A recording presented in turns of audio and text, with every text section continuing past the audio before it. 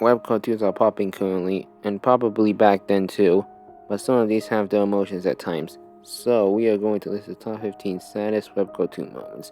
Spoilers if you are watching NBCs currently.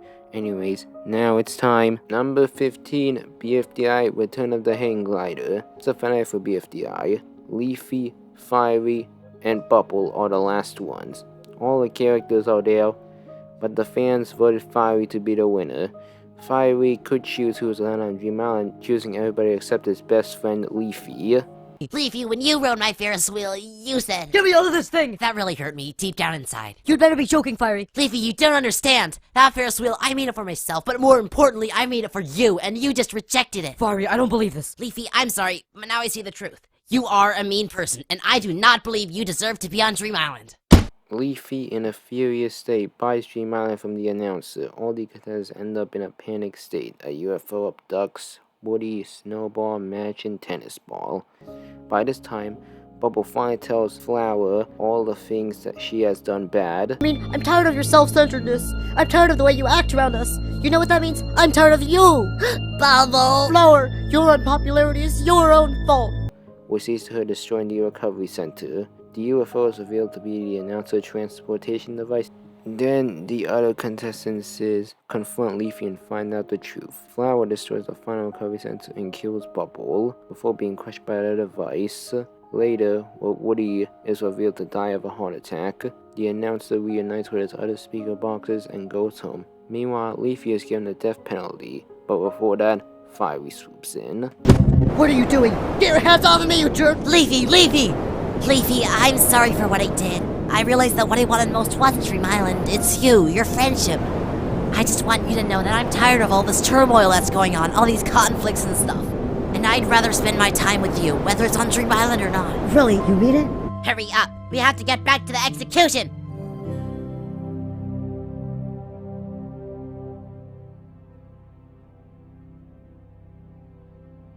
Number 14, Homestar and the Secrets I Keep. Strong Bad and Strong Sam's relationship is usually played for laughs, considering how Strong Bad is to his brother.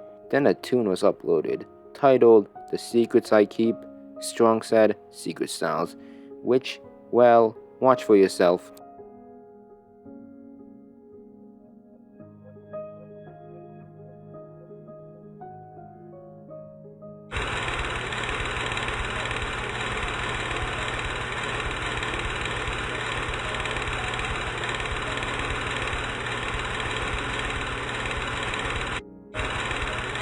This was surprise to many fans of the show, considering how it hit home. Number 13, Murder Jones Dead End. At Cabin Fever Labs, Worker Jones 029 is hiding from the Sentinels, but they eventually kill her. Meanwhile, Uzi, N, and V meet with Tessa to explain what's happening at Copper 9, but Doll steals the key bug. They give chase, but she escapes. Jay is to guard while Uzi, N, V, and Tessa venture to the labs, where they find Murder Jones' corpse. They also find a baby spider called Bew, which N shoots before being knocked by another Murder Drone called Alice, who takes parts of other drones and ends up befriending Bew. However, while Alice tortures Uzi, Tessa and N are escaping. Tessa then talks with N about Uzi and the universe. Then Uzi, you can fix her, right? That's why you're here? I'm here to find which drones were infected. When we get to the labs and find that list, I'll need you to choose the universe over one little drone, N, before she's not herself anymore. Sentinels end up becoming released, but kill Anderson Brielle, who frees V. All of the group is reunited. They end up finding Doll in a bootlet loop state, and Uzi share a romantic moment. Doll reveals she faked it and runs away, leaving them all to fight off the Sentinels. Uzi whips open the elevator with a black hole. Unfortunately, with more Sentinels, V sacrifices herself. Number 12, Ollie and Scoop's Warm Cream. Ollie is coming home tired. She starts getting more frustrated until Scoops pushes her over the edge. Sorry. Sometimes it's just like, why do I have to understand cats? How come they get to drone on and on to me all the time? Hey, I get it. I'm sorry. I feel... Why couldn't I talk to squirrels instead? Or dogs, maybe? What? Hey now. Maybe things would be better if I couldn't talk to cats at all! Scoops, as a result, runs away to a strange catman named Terry Bumble's house. He meets the other cats staying there. Ollie starts to miss and search for Scoops. Scoops gets some warm cream and Terry starts acting crazy. Ollie finds Scoops' collar and a song plays.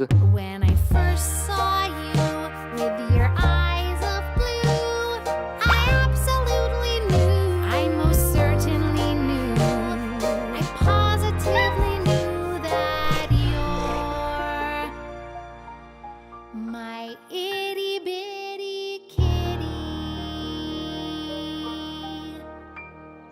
Terry later reveals his true intentions by creating himself to be a cat. Unfortunately, Ollie comes and saves all the cats by changing Terry's ways. Ollie and Scoops went into the sunset. Number 11, Alphabet Law NZ. It starts off with the spelling of friends. L and O then start bullying N. Then F takes revenge on them, which causes them to beat up F, who in turn spells Frick, which causes everyone else to turn against F. N, however, is stuck in between his friend and the others, but ultimately chooses the others. F runs away to his cave crying.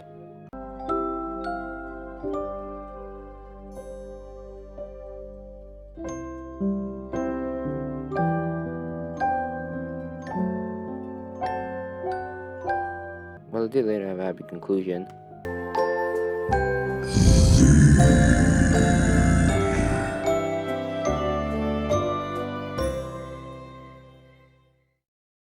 Number 10, Skibidi Toilet, episode 70. It starts off as usual. The Alliance fighting the Skibidi Toilets. Titan Skibidi Toilet saves Cameraman. Titan Speaker arrives and destroys the toilets.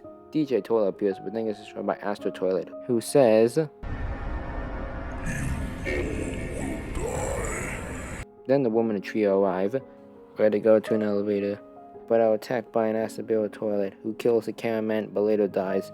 The elevator breaks down, so Peerview climbs up, which are accompanied by Knife Speaker Man. They run into a Claw Call Toilet, who is defeated by them. They part ways where the cameraman finds a meeting happening with Secret Agent and Chief Scientist Skibidi Toilet. A fight happens when a Knife Speaker Man dies. Large TV Man arrives, Subtle Women Trio, and Large Cameraman. Chief Scientist tries to escape, but is met with the Titans. Before being destroyed and killed, unfortunately they share the last moment with Knife Speaker Man.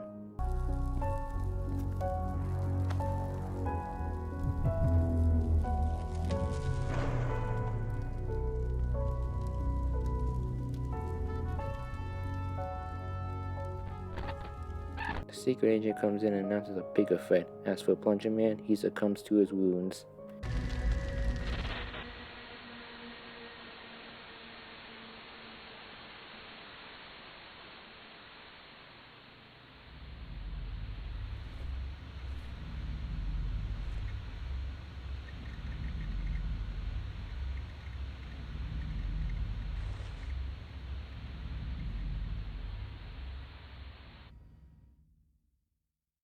Number 9, Airman Sandy, Mind Your Own Business. Fanny is making his recording, then Test Tube finds a gem, which leads to a flashback to Steve Cobbs. Rest assured, I have the means to protect you.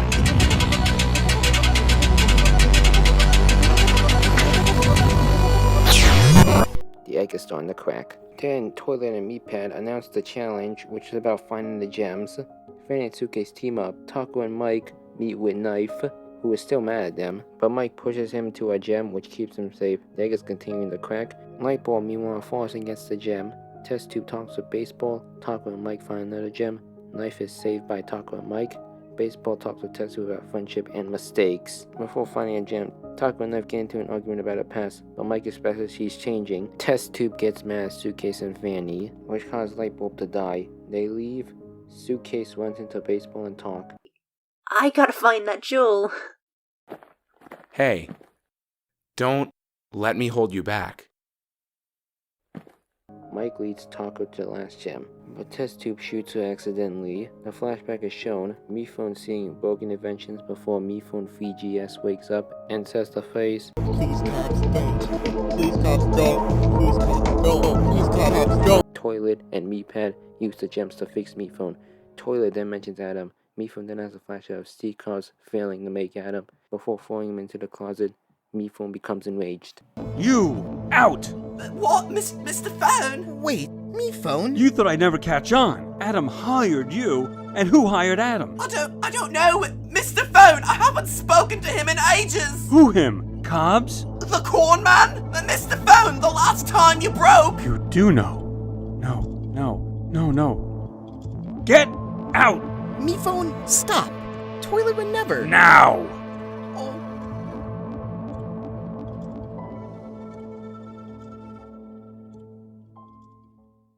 Fanny's arguing with Testu about the egg. Before Mephone also orders him to leave. Testu apologizes. The final flashback is shown when Mephone escapes with a downloading me pad, then moves all his memories with Fanny closing the episode. The epilogue does have Testu and Baseball share. Then the egg cracks more. Number 8, Clay World all gone. It starts silent with a Clayman and a pack of clay. Then two hot dog party we meet Chip and Rick the Prick. They meet Chester, the hot dog man, and Dr. Bob. They talk about the spelling of the word clay. Chip suggests they become friends, but Dr. Bob wants to get rid of Pick. Dr. Bob then tells Chip the truth. The same claim before is revealed to be Dr. Bob.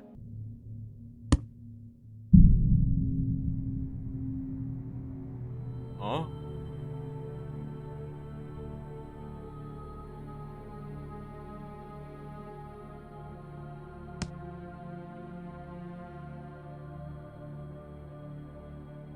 And then I made Clay World, basically. He then says that he has fun watching clay people die, but got bored of everything. And it's time to say goodbye, and violence starts happening, with Chester dying first, and all out war breaks out. But Chip, Rick the Prick, Pick, and Marv escape the new clay world. Meanwhile, chaos ensues even more when Henry grabs a minigun and starts shooting everyone. Back to Chip, who's talking about saving Clay World. Then they meet Vince, who is crazy talking with them. Then he gets shot to death by Marv, who also wants to be the last Clayman. Before getting killed by Pick, back to the table, Dr. Bob stops Henry's rampage, but a giant Clayman comes and wreaks havoc, but dies by a truck. Chip makes a speech. Bob has only been keeping Clay World alive so that he can watch you kill each other. Our lives were just one big joke. And now he's bored. And he thinks you're all just going to murder each other until there's no one left. And if you don't stop fighting, he's gonna be right. But this results in everyone trying to kill Dr. Bob. Nephew will start making their own Clayman, which results in disaster. After finishing them off, Dr. Bob tries to befriend Pig again, but fails, so he shoots him. Henry is later shown to be alive and shoots the entire table off. Chip and Dr. Bob survives. Henry attempts to do it again, but Rick the Prick sacrifices himself. Then a final battle ensues where Chip is victorious. Chip then tells Dr. Bob his dream of making Clay World, and Dr. Bob in his final moments agrees. Yeah, that place sounds boring. But hey, if you ever need a good doctor, you know who to call.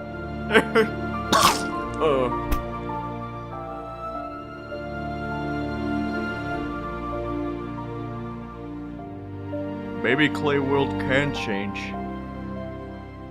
It wouldn't be the weirdest thing to ever happen here. Actually, I think it would be.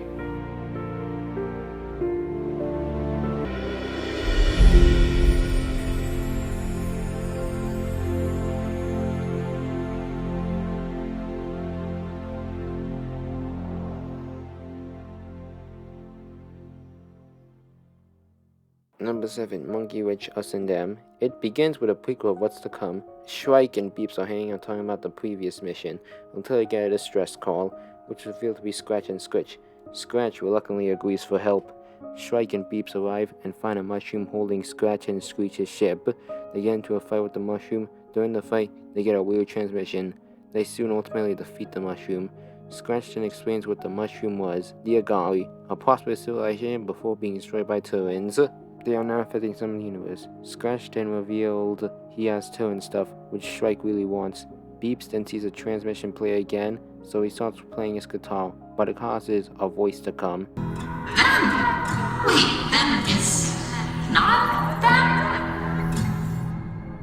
A Agari called Us then appears and talks with Beeps about the current world and Us and Them, and later says Scratch took them. Meanwhile, Scratch finds out the picture with the Agari is worth a lot. Scratch refuses to let Shrike see, so him and Shrike start fighting over it. The Agari then goes and starts affecting the ship. They take off. The crew escape to the main ship, Beeps then forces Scratch to tell the truth. Scratch reveals that the Agari started coming close to them, so Scratch ends up accidentally killing them. We later see the ship going towards the sun, but eventually stopped by them. Us then appears after the guitar playing to help them, but Us gives the others news about them. Bulldog. Them sounds green. The song, it's all wrong. Us can't hear them anymore. Us is here now. Do you not remember? You have to let them go. Them never let us go. Us and them formed together. Us and them left Green Place together. And now, us and them will. Strike then kills them so they can let go. After it's all over, Us says her goodbyes and talks with Beeps. Them is gone, but still here. New change, hard, but us will try. Thank you, Bulldog. Call me Beebs. All my friends do. Thank you, friend Beebs. May we meet again.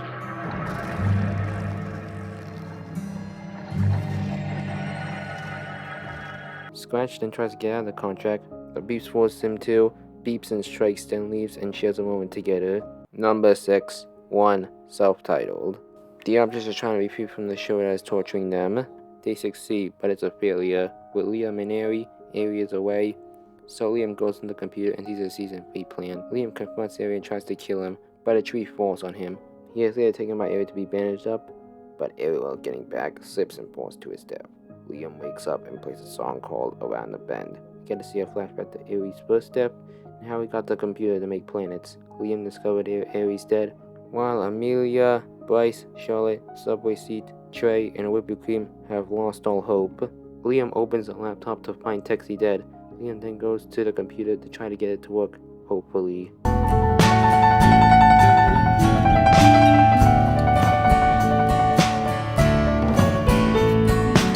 You're an angel when you sleep. How I want your soul to keep on and on around the bend.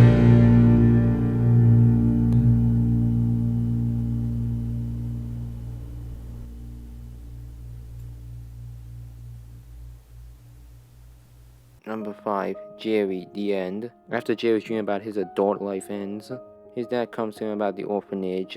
At breakfast, Jerry's mother notices how sad he is and talks with him. You're scared, huh?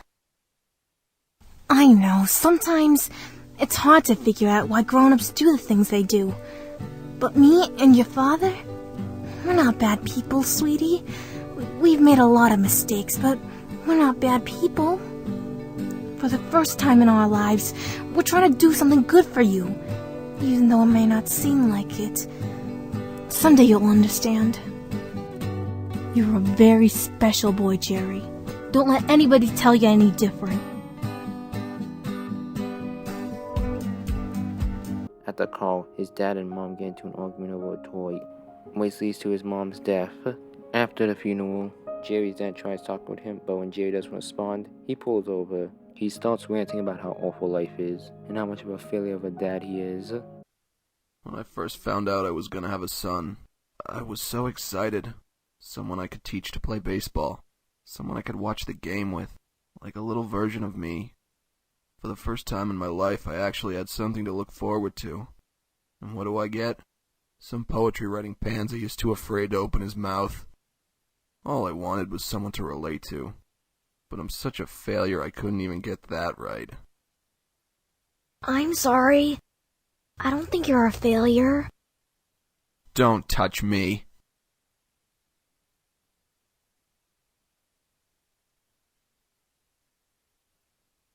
Jerry is then riding his bike depressed before he meets Jackie. They ride off into the sunset happily. Number 4, being puppy cat dogs. Cardamon and Sticky are hanging out. Then Cardamon goes to his mother.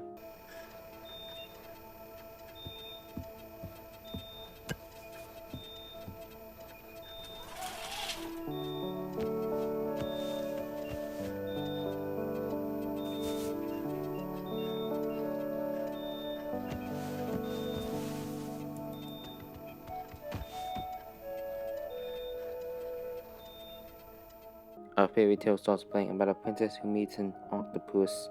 The octopus then takes the princess to the castle. The princess gives the octopus her hair as a gift. The hair then unties. The octopus tries to get it, but ends up tying himself. He let go, and it felt kinda like he was going home.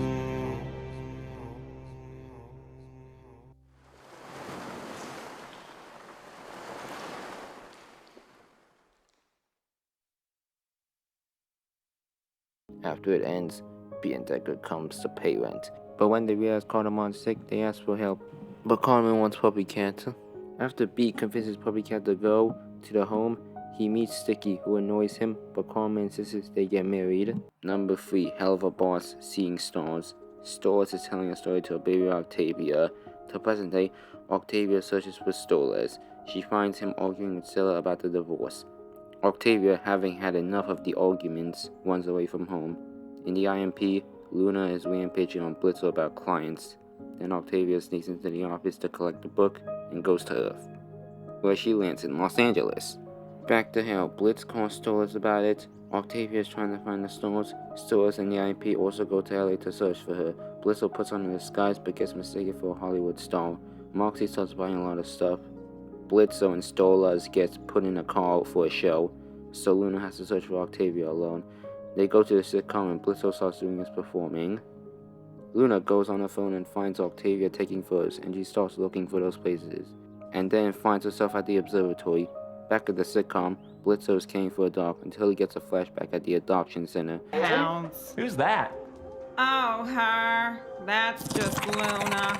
What a nightmare. Serious attitude problems. She'll be out of our hair next month when she ages out. Good riddance, if you ask me. She'll never amount to anything much. As a result, Blitzo goes into a rage, killing everybody, and grabs Stolas to search for their daughters. At the observatory, Luna finally finds Octavia, crying. Octavia is upset that the meteor shower didn't happen and talks about Stolas. You know, your dad's really worried about you. Right, that's why you're here instead of him. He couldn't be bothered to keep his promise, and now he can't be bothered to come and get me himself. He'd rather spend his time just screaming at my mum. Why does he hate her more than he loves me?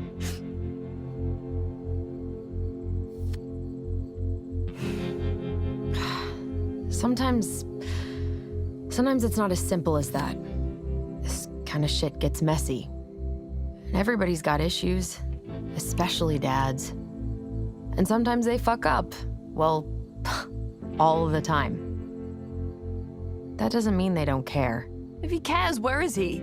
He's somewhere down there. He's here? Looking for you. I mean, try to cut your dad some slack. He may not always get it right, but he's trying. That's more important than you think.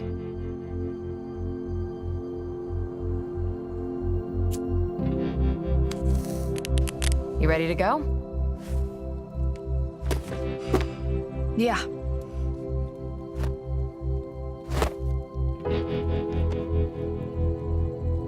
Then Luna and Octavia finally find their fathers. Stolas reconciles with Octavia, and they watch the fireworks blaze off. All of them go home.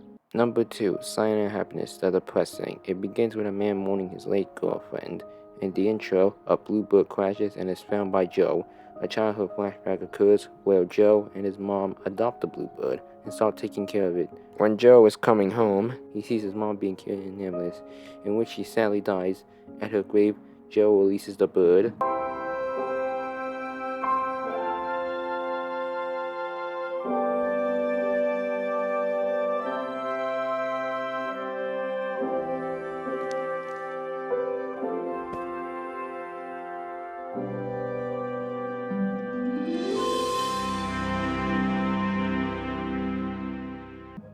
The next short is Jimmy cutting in on the tree before revealing she's dead.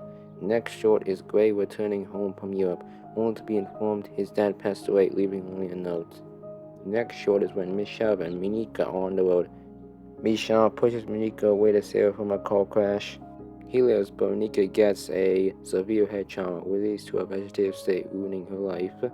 The next short is Nina, who is unable to eat peas, faints walking disease, and sadly refuses help from a nurse. Next short, we see the tree again. Jimmy calls his name out before setting up a rope near it. Next short is Jacob at the doctor's office, who has now revealed terrible news. If your hand is bigger than your face, that means you have cancer.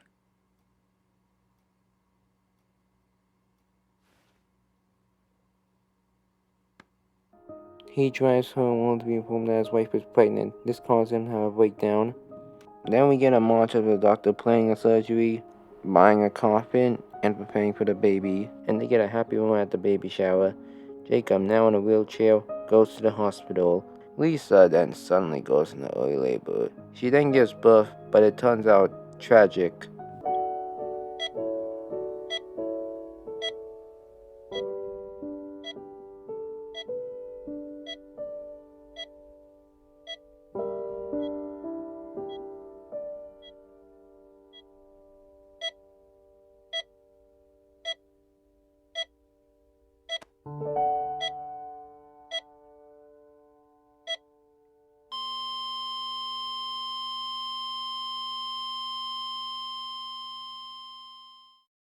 Before we get to number 1, I'd like to mention a few honorable mentions.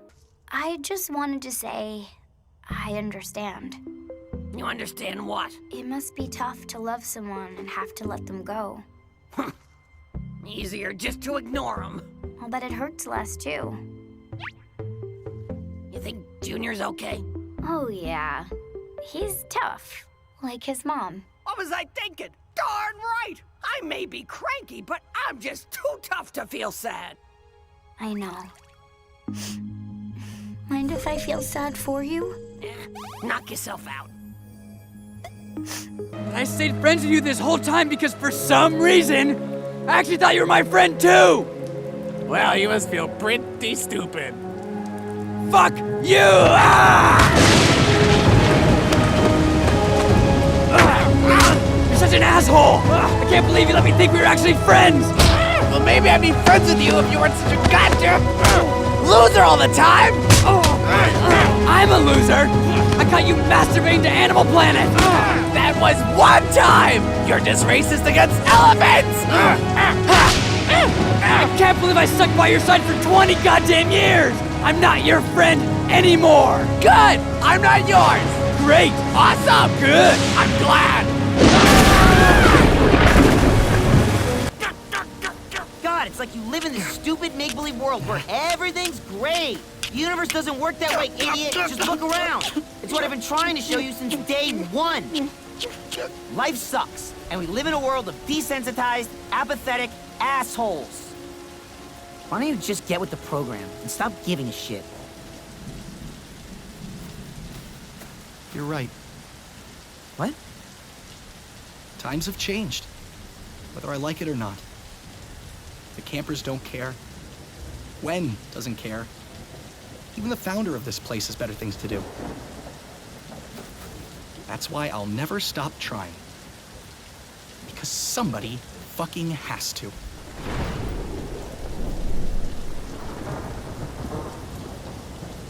Number 1, Ruby, End of the Beginning.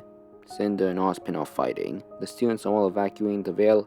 Ruby finds Weiss, and also finds Ren, Noah, Blake, and Yang injured.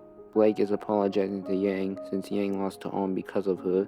They learn John and Pyrrha are missing, so Ruby and Weiss set out to find them. With John and Pyrrha, they soon learn Ozpin was defeated, so Pyrrha makes a final decision. No, Pyrrha, you can't. You saw how powerful she is. Pyrrha, I won't let you do...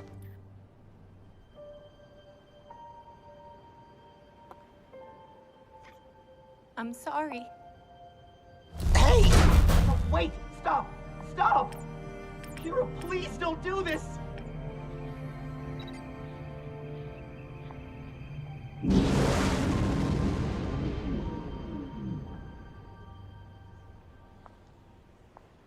Pyrrha then goes to the broken elevator to meet Cinder using her powers. John then calls Weiss, begging them to save Pyrrha. Pyrrha then confronts Cinder. Pyrrha puts up a tremendous fight even after her sword gets destroyed. Weiss then helps Ruby get up to the top, but unfortunately Pyrrha is hit in the knee and Ruby is too late.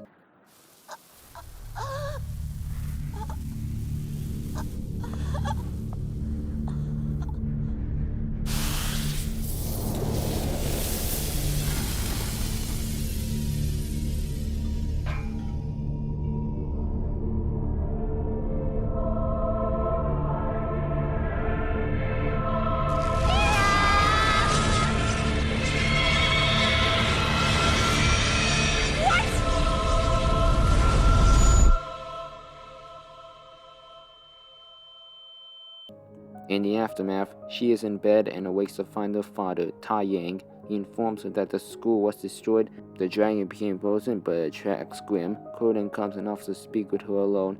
She tearfully explains what happened at the tower. Crow then explains the Silver Eyes, how they are well, how they are extremely ancient and powerful, and they'll have to continue Ozpin's work. Ruby then visits Yang, who is missing an arm. Yang then explains that Weiss's dad came to take her back home to Atlas, and angrily states how Blake just left. Yang orders Ruby to leave, with Ruby saying, "I love you." Fast forward, winter hits. Ruby sets off to leave home with John, Nora, and Ren, heading to Haven. A compilation is shown with Yang still at home, Blake running on rooftops, and Weiss on a plane with her dad, and Ruby visiting her mother's grave. Then in Barrenland, a woman named Salem then promises Ozpin that everything will burn.